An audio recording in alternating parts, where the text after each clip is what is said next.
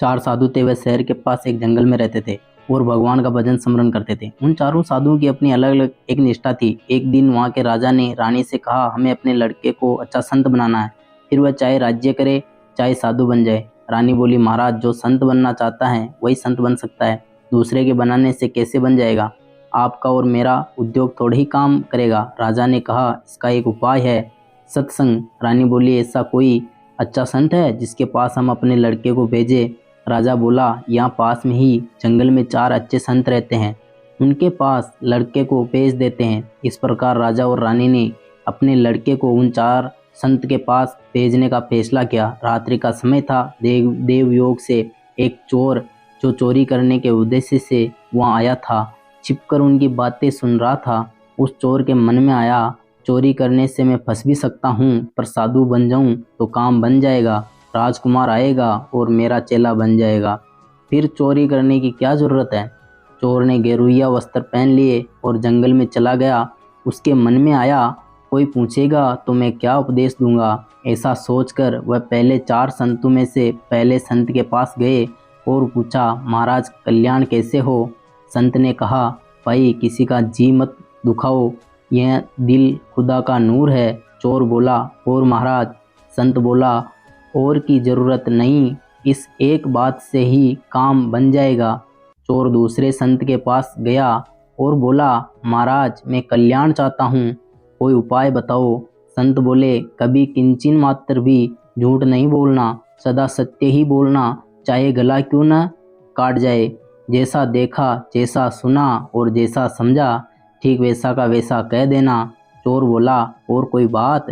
संत बोला, और की ज़रूरत नहीं। अब चोर तीसरे संत के पास गया और बोला, महाराज, मेरा कल्याण कैसे हो? संत बोले, सीधी सादी बात है, रात दिन राम राम करो।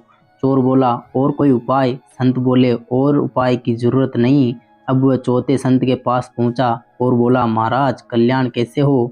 संत बोले, भाई, एक भगवान के शरण हो जाओ, मन में ये बात अटल रहे कि मैं तो केवल भगवान का हूँ। जैसे विवाह होने के बाद लड़की के मन में ये बात दृढ़ हो जाती है कि मैं कुंवारी नहीं हूँ, मेरा विवाह हो गया है, ऐसे ही मन में ये बात दृढ़ हो जाए कि मैं भगवान का हो गया हूँ, अब मैं और किसी का नहीं हो सकता। चोर बोला, और कोई बात? संत बोले, और की ज़रूरत ही नहीं, इतना ही काम है। चोर ने संतों से चार बातें सीख ली और आगे जाकर बैठ गया। अब राजा आया, वह चारों संतों के पास गया। चारों ने एक एक बात कह दी। राजा ने देखा कि आगे पांचवा साधु भी बैठा है। राजा उसके पास भी गया और प्रार्थना की, महाराज, कृपया करके कल्याण की बात बताइए। वह साधु वेशधारी चोर चुपचाप ध्यान में बैठा रहा, कुछ बोला नहीं। राजा ने ज़्यादा प्रार्थना की तो वह बोला, मैं जैसा बताऊं वैसा करोगे? राजा ने कहा, हाँ महाराज, वैसा ही करूँगा। वह बोला, किसी का जी मत दुखाओ। राजा बोला, और कोई बात? वह बोला, भगवान के नाम जप करो। राजा बोला, और कुछ बताइए। वह बोला, भगवान के शरण हो जाओ। राजा बोला, महाराज, और कोई बात? वह बोला, संत जैसा कहे वैसा कर दो। राजा ने मन में विचार किया कि ये संत ज़्यादा ऊंचा है। अन्य संतों ने तो एक एक बात कही, पर इन्होंने 5 बातें कह दी। राजा बड़ा सरल स्वभाव का था, उसको मालूम नहीं था कि संत की पहचान इस तरह नहीं होती। राजा लौटकर महल में आ गया। रात होने पर चोर फिर छिपकर महल में आया। जब राजा रानी के पास गया तब वह चोर दरवाजे के पीछे छिपकर उनकी बातें सुनने लगा। रानी ने पूछा, क्या बात हुई? राजा ने कहा, मैं जंगल में संतों के दर्शन करके आया हूँ। मैं तो 4 ही संत समझा था, पर वहाँ 5 संत थे।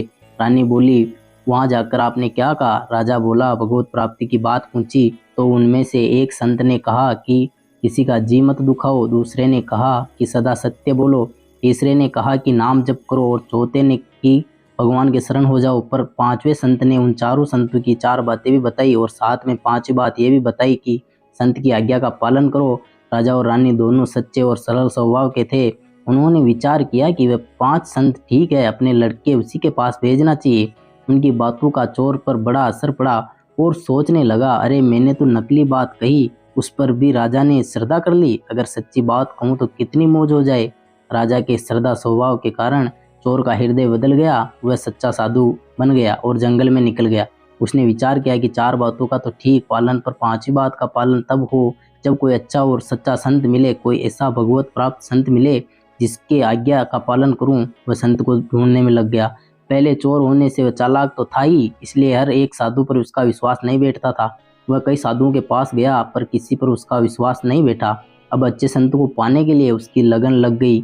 उसके मन में ये बात थी कि जिसमें मेरा चित्त खिंच जाए, मेरा विश्वास हो जाए, उसी को गुरु बनाऊंगा। संत रूप में भगवान बोले, जैसा मैं कहूँगा वैसा करोगे क्या? सच्ची बात कहते हो न? चोर बोला, हाँ महाराज, सब सच्ची बात कहता हूँ। भगवान बोले, तो फिर पहले एक काम, पीछे तुम्हें मंत्र देंगे, तुम ये काम करो कि जो किसी का जी नहीं दुखाता उसका सिर काट कर लाओ, और जो नाम जप करता है उसका सिर काट लाओ, जो भगवान के शरण है उनका सर काट कर लाओ। ये 4 सर काट लाओ, तब तुम्हें दीक्षा देंगे। उसने सोचा, ये चारों तो एक ही जगह बैठे हैं, काम आसानी से बन जाएगा। वह चोर तलवार लेकर भागा भागा गया और रास्ते में ही विचार आया, मैंने ये नियम लिया है, किसी का जी नहीं दुखाऊंगा, पर जी दुखाना तो दूर रहा, मैं तो गलाई काटने जा रहा हूँ। उसे विचार आया कि ये काम हमसे नहीं होगा।